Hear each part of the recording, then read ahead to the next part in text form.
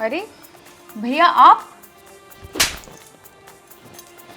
भैया आपने मुझे थप्पड़ मारा, पर आप मुझे थप्पड़ क्यों मार रहे हैं? आप बताएंगे, आपका दिमाग खराब हो गया है क्या? मुझे मारे जा रहे हैं। साले साहब, ये आप क्या कर रहे हो? शिखा को थप्पड़ मारते जा रहे हो? जिया जी, अगर आपको बताया ना कि मैं इसे क्यों मार रहा हूँ तो आप भी इसको मारोगे। लेकिन भैया आप मुझे बताओगे कि मेरी गलती क्या है, या सिर्फ आप मुझे ऐसे मारे जा रहे हो? गलती बताता हूँ ना तुझे। माँ जी, अब आप कब तक चुप रहेंगी? अब आपको सच बताना ही पड़ेगा जीजा जी को। सच? आप किस सच की बात कर रहे हो भैया? माँ जी बताइए इसे, मैं कौन सी सच की बात कर रहा हूँ? माँ, ये साले साहब क्या बात कर रहे हैं? ऐसा क्या है जो मुझे नहीं पता? बेटा, जब तू वापस चला जाता ना तो बहू मेरे ऊपर बहुत अत्याचार करती है, मुझे बहुत टॉर्चर करती है बेटा। क्या है ये सब? बहू, खाना है। वो तो मुझे भी दिखाई दे रहा है कि ये खाना है, लेकिन मैंने तुझे बाथरूम में कपड़े धोने के लिए बोला था। वो कपड़े तो तूने धोए नहीं और यहाँ पर आकर खाना खा रही है। बहू तू ये कैसी बातें कर रही है? मैं तेरे कपड़े धोऊंगी? अच्छा, तो मेरे हाथ का खाना बराबर खा सकती है तू, लेकिन मेरे कपड़े नहीं धो सकती? इस घर में रहना है ना तो चुपचाप से ये खाना रख और जाकर के कपड़े धो। इस घर का सारा काम करना पड़ेगा अगर इस घर में रहना है तो। ये खाना रख यहाँ पे और चुपचाप से जाकर के कपड़े धो बाथरूम में।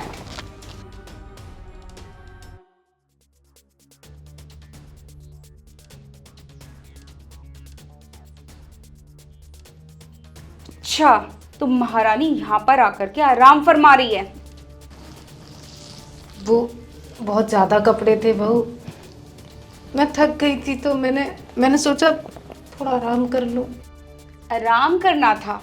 कपड़े बहुत ज्यादा थे, खाना भी तो इतना सारा खाती है, तब तो तुझे बिल्कुल भी नहीं लगता कि खाना ज्यादा खा रही है। बहू तू ऐसे कैसे बोल रही है? चुपचाप से ना किचन में जो बर्तन पड़े हुए हैं उन्हें जा करके धो। बेटा तू ये कैसे बात कर रही है? बेटा ये हमारा ही घर है और तू अपनी सास से काम करवाती है। तुझे सोचना चाहिए बेटा इस बारे में।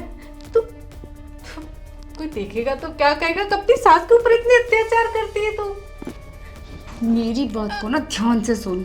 वैसे भी शादी के बाद ये घर ना बहू का ज्यादा हो जाता है, और अगर तूने मेरी बात नहीं मानी ना तो मैं तुझे और तेरे बेटे को झूठे दहेज के केस में जेल में भेज दूंगी। अब पड़े पड़े यहाँ रोने की जरूरत नहीं है। अगर 2 मिनट के अंदर किचन में बर्तन साफ नहीं हुए ना तो याद रखना मैंने क्या बोला है।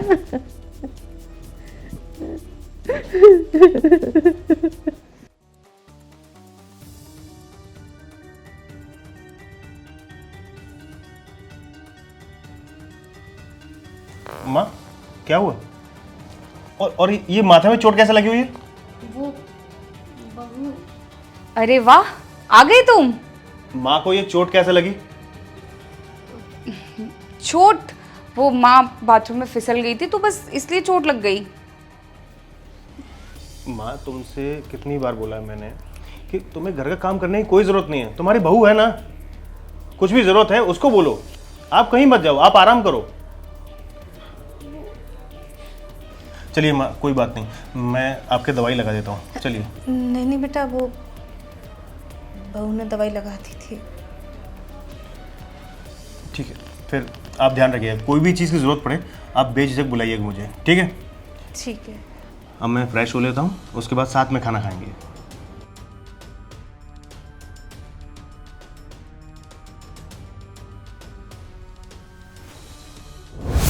माँ, मेरे पीठ पीछे इतना सब कुछ होता रहा, आप इतना कुछ सहती रहीं और एक बार भी मुझे बताना जरूरी नहीं समझा? बेटा, इसने ना मुझे धमकी दी थी कि अगर मैंने तुझे बताया तो ये हम पे दहेज का केस लगा देगी और हम सब जेल में चले जाएंगे बेटा। बस इसीलिए नहीं बताया मैंने। शिखा, तुम्हें इसलिए मैं शादी करके इस घर में लेके आया था ताकि तुम मेरी माँ पर अत्याचार करो, उनको परेशान करो। तुम इस घर में रहने के लायक नहीं हो। तुम मेरी जिंदगी में रहने के लायक भी नहीं हो। अरे मैंने तुमसे बस क्या मांगा था, बस मेरी माँ की खुशी, तुम वो भी नहीं कर पाई। अरे तुम क्या करोगी किसी के लिए कुछ? मैं तुम्हें आज और इसी वक्त से अपनी जिंदगी से बाहर करता हूँ। रोहित, रोहित प्लीज मुझे माफ कर दो, मुझसे गलती हो गई। तुम कहोगे ना तो मैं माँ जी से भी माफी मांग लूंगी, लेकिन प्लीज मुझे इस घर से मत निकालो, मुझे माफ कर दो। तुमने जो किया वो माफी के लायक है?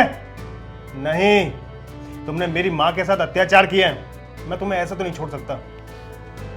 अब तुम अपने मायके लौट जाओ, तलाक के कागजात तुम्हारे घर पहुंच जाएंगे, तुम्हारे इस घर में कोई जगह नहीं है। लेकिन रोहित मेरी बात तो सुनो, रोहित प्लीज। एक शब्द नहीं, निकलो यहां से। सुना नहीं? निकलो यहां से।